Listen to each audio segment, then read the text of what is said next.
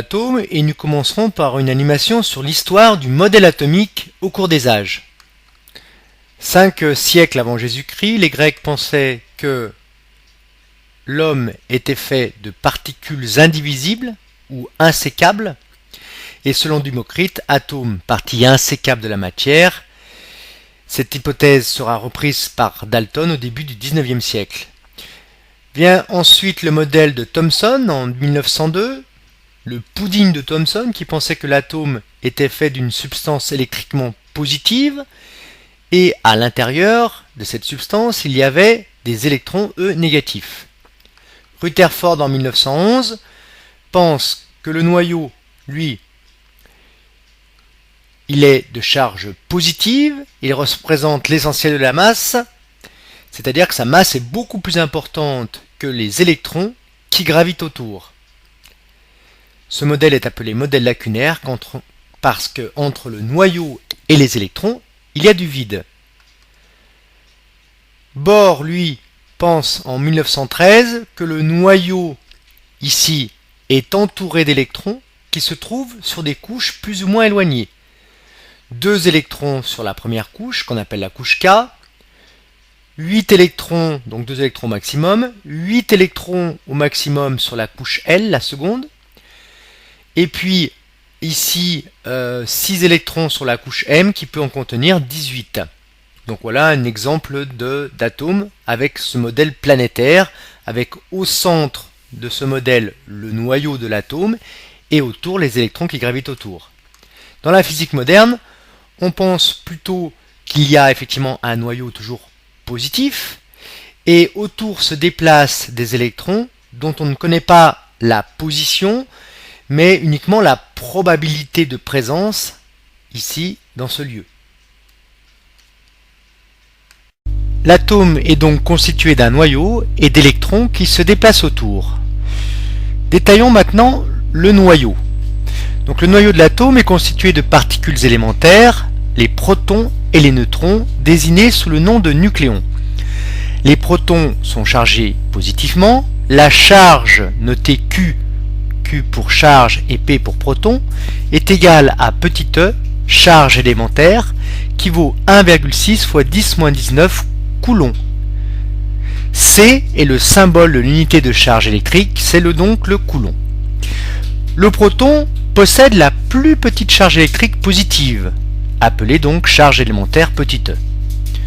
La masse du proton est MP, M pour masse, P pour proton, qui vaut 1,67 fois 10-27 kg. Les neutrons, eux, sont des particules neutres électriquement. Leur charge est donc nulle. Qn égale 0 coulomb. Ils ont une masse voisine de celle des protons, donc la masse du neutron est à peu près égale à la masse du proton, et donc vaut 1,67 10-27 kg.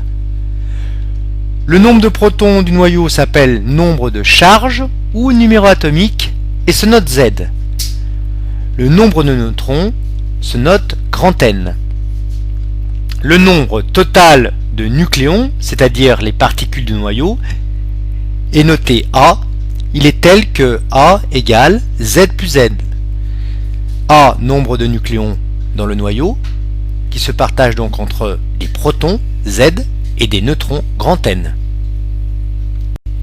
Parlons maintenant des électrons qui gravitent autour du noyau. Un électron est beaucoup plus léger qu'un nucléon. Sa masse est Me égale 9,1 10-31 kg. Le rapport entre la masse d'un nucléon, donc proton ou neutron, et d'un électron est masse d'un nucléon sur masse d'un électron, donc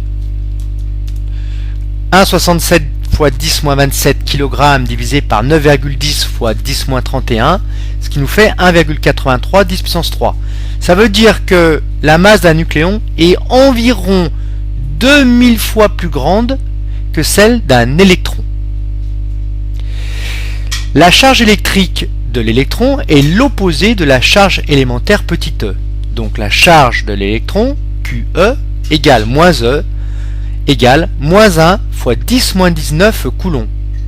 C'est donc une charge qui est électriquement opposée à celle du proton. Un atome étant électriquement neutre, il possède autant de protons positifs que d'électrons qui sont eux négatifs. Nous voyons sur ce schéma ici que le noyau est bien positif car il contient des protons positifs et des neutrons qui sont eux neutres électriquement. Le tout est entouré d'électrons qui gravitent autour et qui eux sont négatifs et qui sont beaucoup plus légers que les nucléons habitants du noyau. Symbole d'un atome. Un atome est symbolisé par une ou deux lettres. La première s'écrit toujours en majuscule et la seconde éventuellement en minuscule. Le symbole correspond souvent au début du nom de l'atome, mais certains sont issus du nom latin comme K, Kalium, symbole du potassium.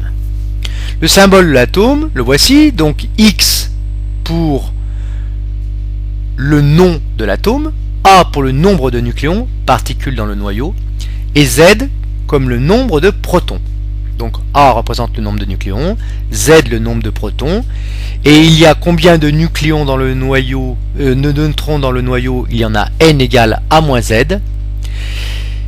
Donc prenons un exemple, l'atome de sodium, 23 nucléons, dont 11 protons. Donc il possède 23 nucléons, cet atome de sodium, il possède Z égale 11 protons, donc 11 électrons puisque l'atome est électriquement neutre et qu'il contient autant de charge plus les protons que de charge moins pour les électrons. Et il contient N égale A moins Z, 23 moins 11, 12 neutrons également dans son noyau. Masse et dimension de l'atome. Premièrement, masse de l'atome. La masse de l'atome est la somme de la masse de ses différents constituants.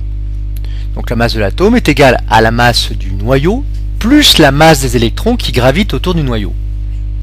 La masse du noyau est égale au nombre de protons Z fois la masse d'un proton plus le nombre de neutrons fois la masse d'un neutron, puisqu'à l'intérieur du noyau, il y a des protons et des neutrons. Plus Z fois la masse d'un électron, puisqu'il y a autant d'électrons que de protons. Si on néglige la masse des électrons devant celle des protons, on l'a vu tout à l'heure que celle des électrons était 2000 fois inférieure environ à celle des protons ou des neutrons. Alors la masse approchée de l'atome est égale uniquement à la masse de son noyau. Alors la masse de l'atome vaut donc Z fois la masse d'un proton, à peu près, plus N fois la masse d'un neutron.